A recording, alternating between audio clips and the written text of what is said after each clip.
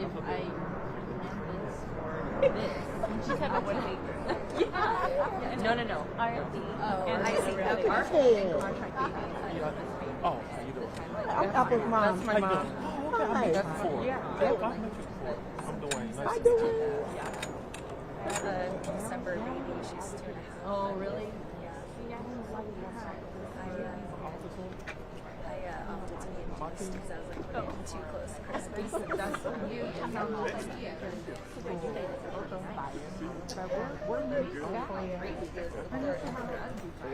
Yeah. You know this guy?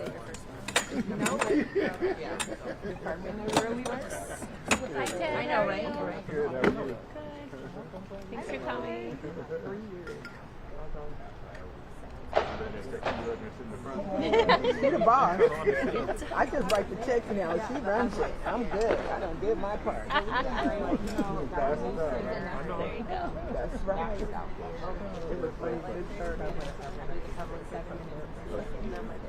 I have to look at, I know I took notes. Yeah, we were there like all day. Yeah. Stayed with her. Yeah, Oh, she has to say she's here. that's right.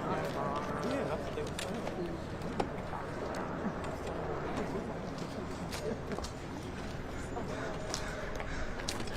Oh, sorry. I don't know what you were. All right, good morning, everybody. Let me make sure we're working. Mics are working here. Good morning. Thank you for being here. I want to thank. You're going to hear from myself, and I'll wait for it to get amplified. Or is it working, Carissa? Test 1, 2. Let's turn it on. That may help. It's red. There you go. Test. Okay. That's it's green. No. Oh. Test 1, 2. Test 1, 2. Oh, there we go. Now I can hear myself. As I was about to say, I'll bend down a little bit. I want to thank Tanya Kim and Dr. Hunt, Dr. Nera, and Dr. Hart. A lot of doctors here. Dr. Hart here is going to share some few words about what we're trying to announce today. I first want to sort of root us in the purpose of our investments that we're talking about. So when we look at public safety, yes, the obvious thing is we're trying to do is keep them safe, and we're talking about less violence, or the absence of violence, the absence of blood, the absence of trauma. But we're also talking about the presence of opportunity, the presence of promise, the development of hope.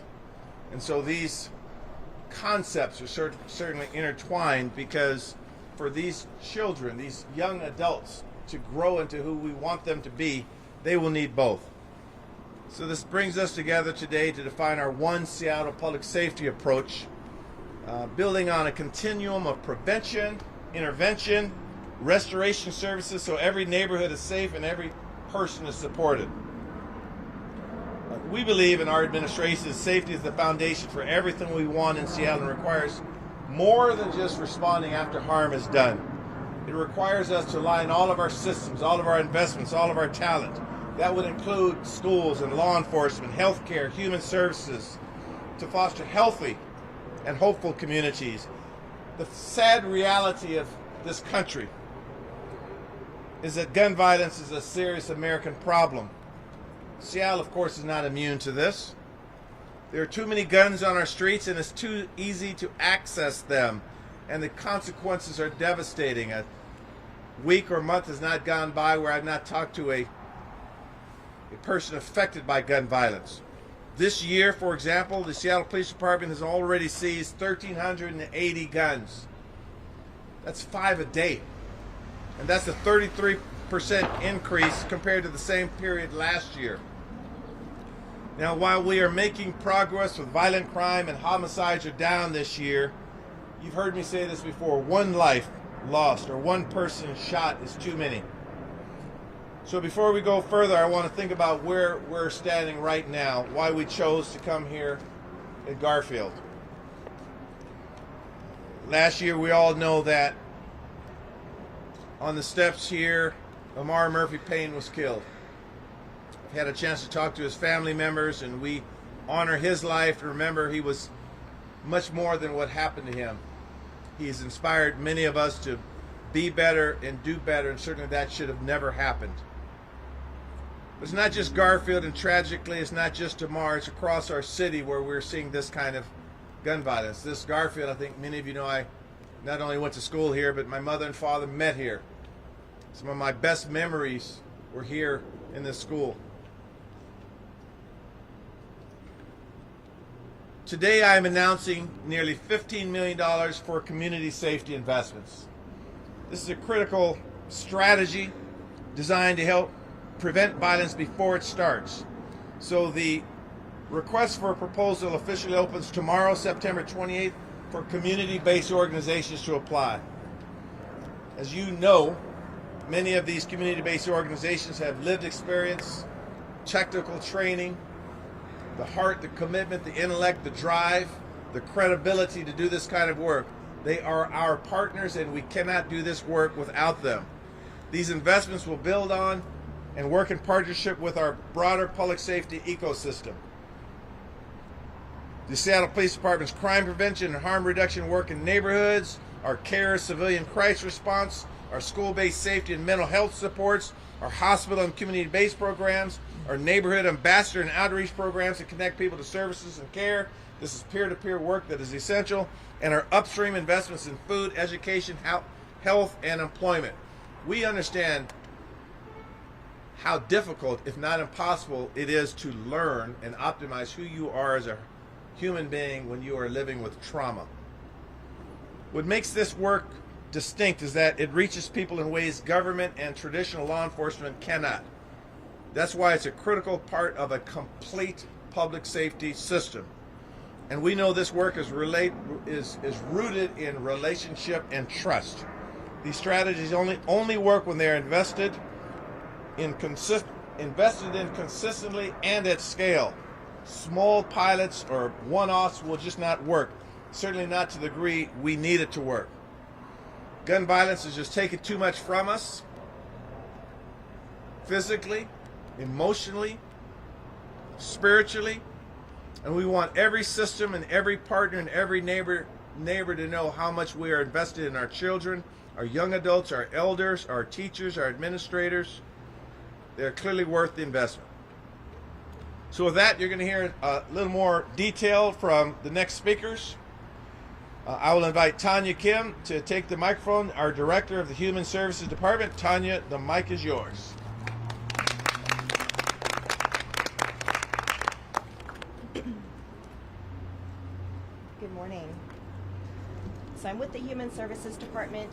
Consider us to be the social services branch of the City of Seattle, long-term supports that we offer.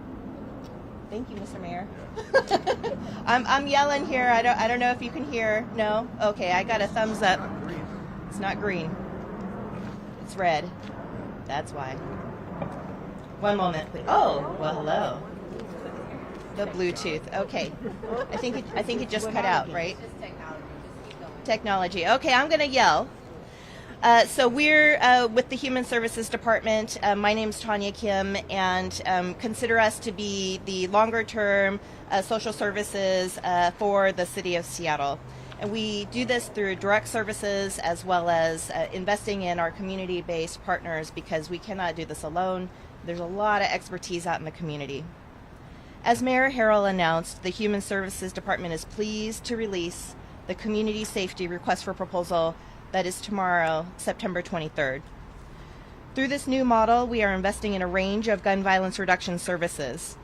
Our services focus on specific neighborhoods, schools, and Harborview, where survivors and victims of gun violence are treated. We will provide concentrated services for those most impacted by gun violence. Now, how did we develop this request for proposal? I'll shorten it by saying RFP. We did our homework, and we listened deeply to community. Some of our community members are here. My team studied Oakland and Baltimore initiatives where they've seen successes, and we sought academic review from the University of Washington Firearm Injury and Policy Research Program. Again, we have subject matter expertise here in our community as well. We examined the strengths of our current investments, and we identified areas that need to change. As part of this change, we are intentionally aligning with our key partners, many of whom you see here, but many of whom are not here. With deep planning, we included the Department of Education and Early Learning, Dr. Chappelle. We included our Seattle Public School District. Dr. Howard is here. We have our Seattle Police Department. We've got a lot of doctors, Dr. Hunt, Mayor's Office, Public Safety Leadership, and many others. And over the last year, we've held over 10 community engagement sessions. We have listened to community. The Community Safety RFP implements several notable improvements, and let me talk about that. First, focus. We'll continue place-based services in Central, Southeast, Southwest neighborhoods, and we'll expand to North Seattle. Our selected providers will offer intervention, school safety, and supportive services. Second, accountability. All selected providers will have the same North Star, and we will have clear reporting requirements. To this, we are also setting aside some dollars to make sure that we have an external evaluator to hold the work accountable. And third, quality. We are investing in the providers around workforce development and around a strong network.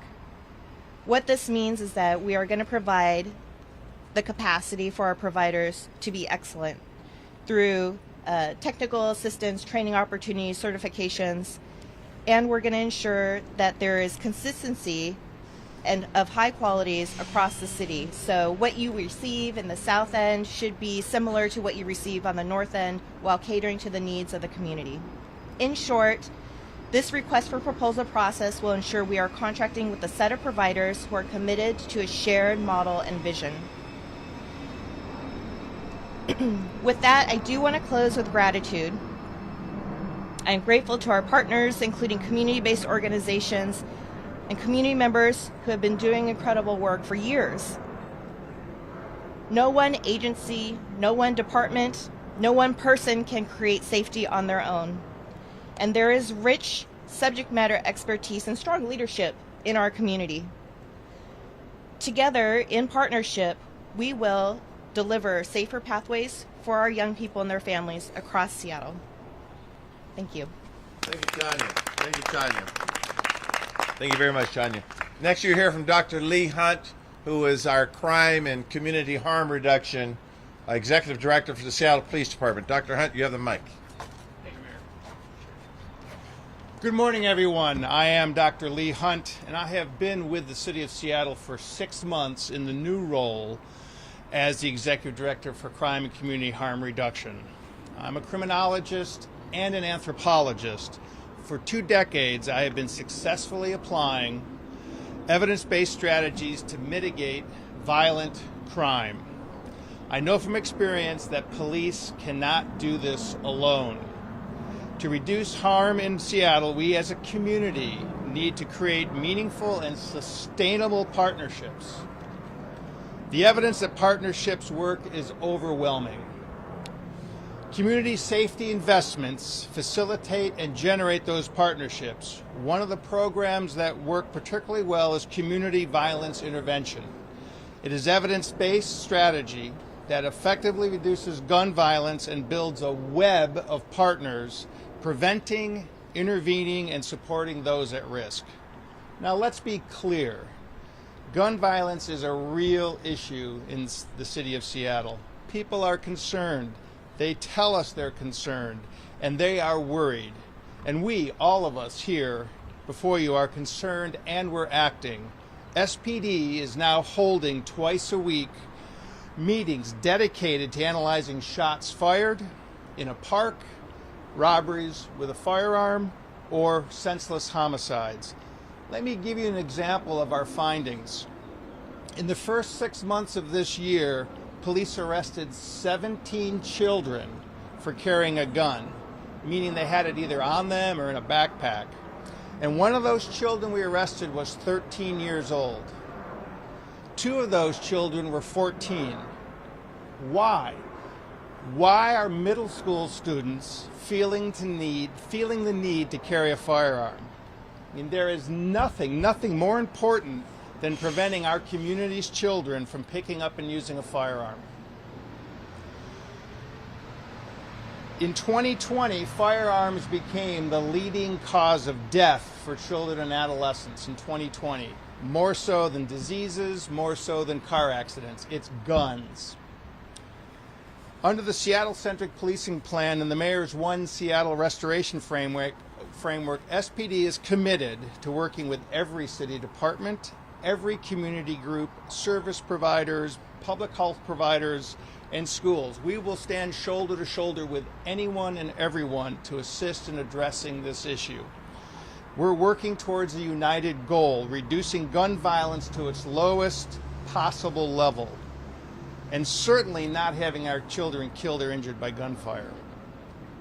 While crime levels are down this year, we continue to focus on illegal possession, and our gun violence reduction unit and our patrol officers, as the mayor mentioned, have seized a large number of guns this year. Our fatal shootings are down 39% this year, and that's just the beginning. And with plans like this is how we're going to do business moving forward.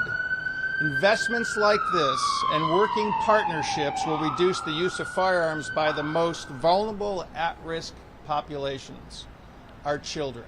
Thank you. Thank you, Dr. Hunt. Thank you, Dr. Hunt. Next, you'll hear from Dr. Terrence Hart, of course, the principal here, and he sort of epitomizes the kind of relationship I think a mayor should have with a principal. We talk frequently, and he always puts the kids first. And so, Dr. Hart, please share a few words with us. Good morning.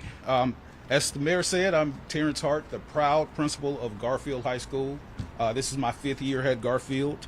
And Garfield is a much different place than it was when I arrived here. And much of that is thanks to the commitment by the city to ensure that we have safety and supports for our students and families, as well as some of the investments by our district in the form of additional security specialists and adjustments to our physical building to ensure safety in the building and to keep anyone who wants to do harm to our students out of the building. So we're grateful for that. This partnership is based on safety and learning are inseparable. That's a fact. In order to create an environment where our students are able to learn, to flourish, to grow, to become adults that are ready for college and career, it is completely necessary that we keep them safe in order for them to receive the education that they deserve here at Garfield. I want to highlight some of the benefits of the partnership with the Human Service Department. And this partnership has always been about coordination and alignment and not just funding. But how do we take these resources, coordinate them in a way that best supports our students? And with an emphasis on the One Seattle approach, which is about schools, families, community, and the city working together to achieve these goals. Here at Garfield, what we didn't have 3 years ago that we have now are case management. That was part of this sort of initial investment. We have case managers who are immediate trusted adults for our students and families. They work with students on a daily basis to address the needs of our students in attendance, in academic supports, mental health, behavior. So that case management is such a significant investment here at Garfield and such a significant sort of tool that we use here to support our students. We are also fortunate to have safe passage with trusted adults. You know, students have adults that they can trust outside of the building during passing periods, but particularly during lunch and after school. So there's adults there that students can see every day that are there to keep them safe and to watch out for any players that might not be here for the good of our students. We're also fortunate to have the Family Resource Fund. That fund provides stabilization to families who are in moments of crisis, who have financial needs or have needs in the immediate. And we are fortunate to have the funds that we can sort of support those families when they need that support. I'm also grateful for the violence interruption.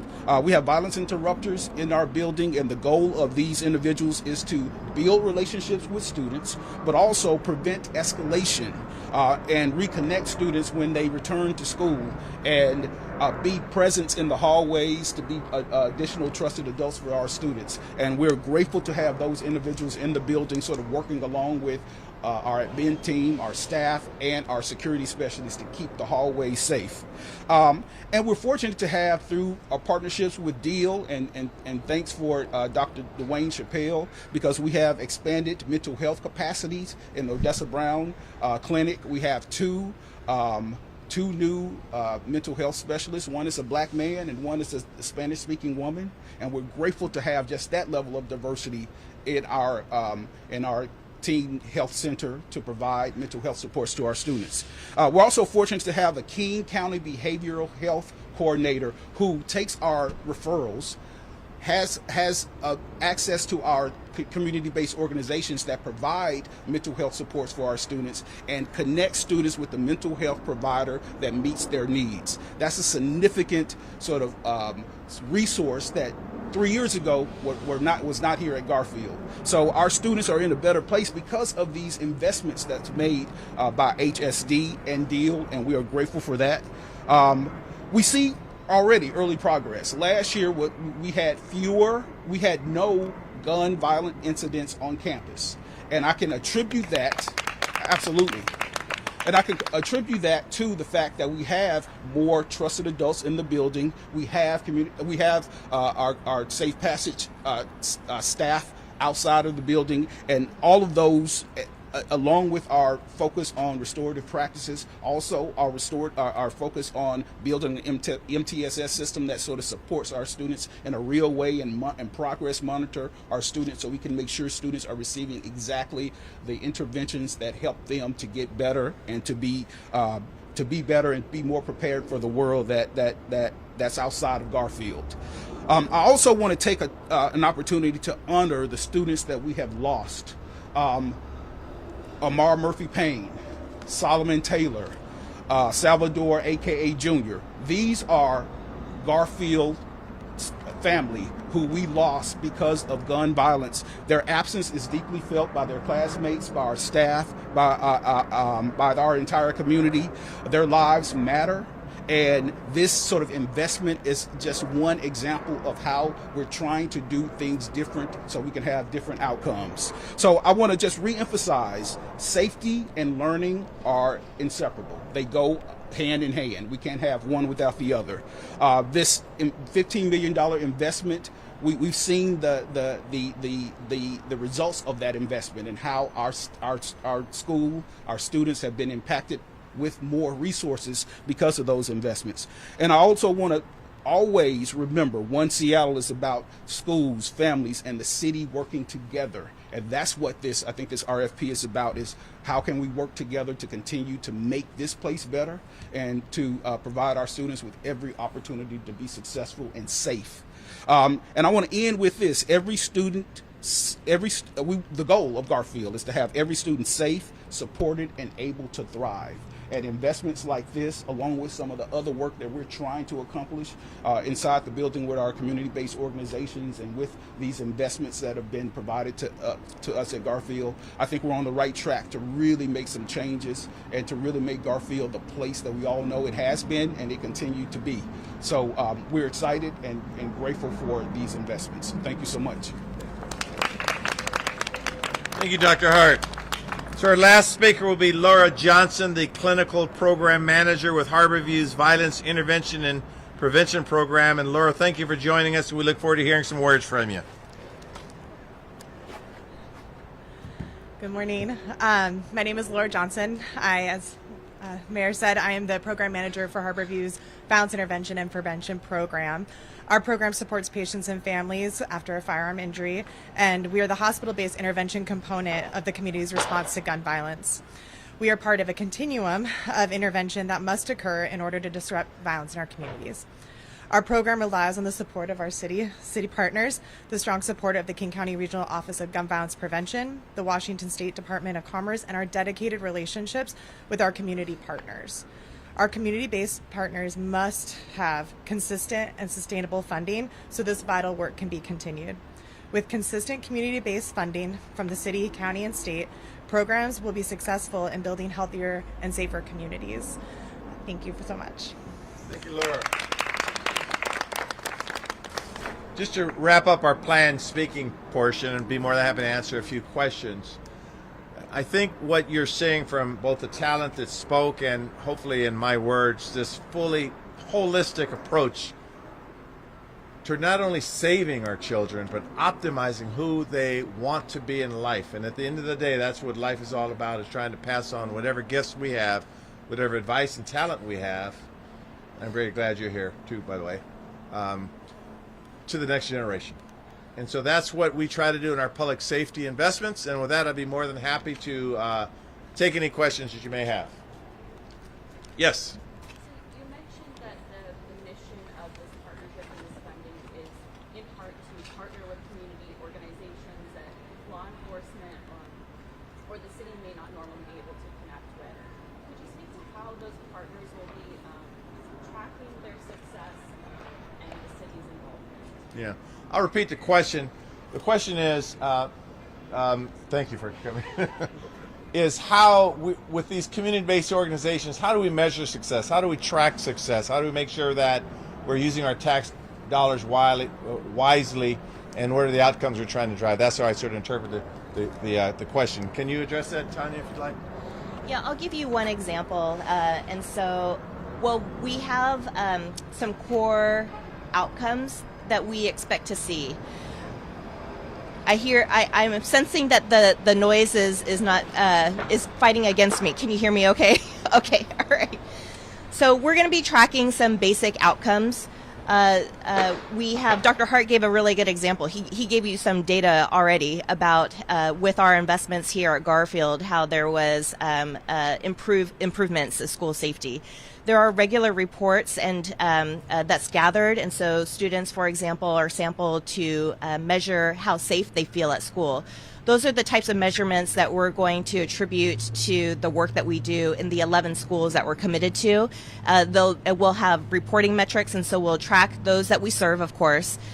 We will also track the dosage, if you will, the intensity of the services that we're providing to those that are referred to our programs. And we're going to be measuring all of the successes. And so did that young person get into the sport, and were we able to fund all of the gear? So then that way, after school, they're participating in something that's really positive and building a family outside of perhaps what was competing with their attention and pulling them in a different direction. And so those are the measures that we're going to be tracking. But that said, as a reminder, we are hiring an external evaluator. And so with that subject matter expertise, we're going to refine the metrics and make sure that it's standard across all of our contracted providers. Right now, what we have are really good investments, but it's not standardized. And so you'll see in some contracts, they're measuring their performance with maybe their 30 or 15 young people that we're working with. But like the mayor said, we need to move away from pilots and scale programs based on evidence-based practices, based on the trainings that we've developed, and then have a dashboard where we could say uniformly throughout the city, these are the successes that we've received. And so we're going to be fine-tuning that development with the researcher on board. And thank you for that, Tanya. And I think this is implicit in the answer, but let me make something very clear. How do you measure how someone feels sometimes? I'm looking at a few young folks, a few bulldogs here. How do they feel when we're making these investments? Do they feel safer? Do they feel more that they're heading in the right direction in life? Or do they fear, are they fearful or traumatized? So we will talk to the students, we will survey them, we'll talk to them and get their feedback constantly, and that's part of the database approach we do. We talk much about how many guns we retrieve and how many lives we're hopefully trying to save, but we also have to be vulnerable and transparent with the teachers and the students to see how are we doing, and we're never afraid to have those conversations. So thank you for your question. Any other questions? Just one sec. I'll talk offline for non-press. Okay, I'm not going anywhere. And if no one asks a question, I'm going to come right back to you and close it. Yes. Question for Dr. Hart. You spoke about Garfield and many students in the larger Seattle Public School community are still dealing with and living with the trauma of that violence, not just as schools, but in the community. You spoke about what this funding will do for Garfield specifically, but I'm wondering if you could talk a little bit more about what trust building looks like in the community, not just with students, but also with parents who are still actively dealing with the trauma. Yeah, I mean, it's an ongoing process. I mean, I don't know. I mean, when you have a school community that over the course of several years has had to deal with community violence that directly impacts that school community and the students and the staff and the families, it's an ongoing process to heal. And many of us in this building are still experiencing some strong residual feelings and PTSD and trauma from what we've experienced as a community. And that's why I think one of the things that we can do and one of the things that we're focusing on is building student community, making the student community as strong as possible and really allowing students to sort of lead the work to rebuild the culture here. And that takes building trust with families. That takes ongoing family engagement, where the school is being proactive to create those opportunities to engage families. So I think that's what it looks like. Continue to build, to gain trust by being transparent, by informing parents about what's happening here at Garfield and some of the resources that we have, and by slowly getting their feedback and using their feedback to really impact the work that we do here. And I think that's how you build trust, is to listen to families, listen to students, and have ongoing engagement opportunities where we listen to them and we're responsive to what they say their needs are. Thank you. Thank you, Dr. Hart. So I'm going to thank all of you for being here. And I'm going to talk to a few students, because if there's one takeaway from this event, in addition to it being an integrated, holistic approach, that we will always listen to the students and try to meet them where they are. So I'm going to have some conversations with them, and I want to thank you, and I want to thank the speakers for wrapping it all up for us in a very holistic manner. And we're moving forward to keep everyone safe, because that is our charter responsibility. So thank you for being here, and look forward to seeing you throughout the rest of the week. Thank you very much.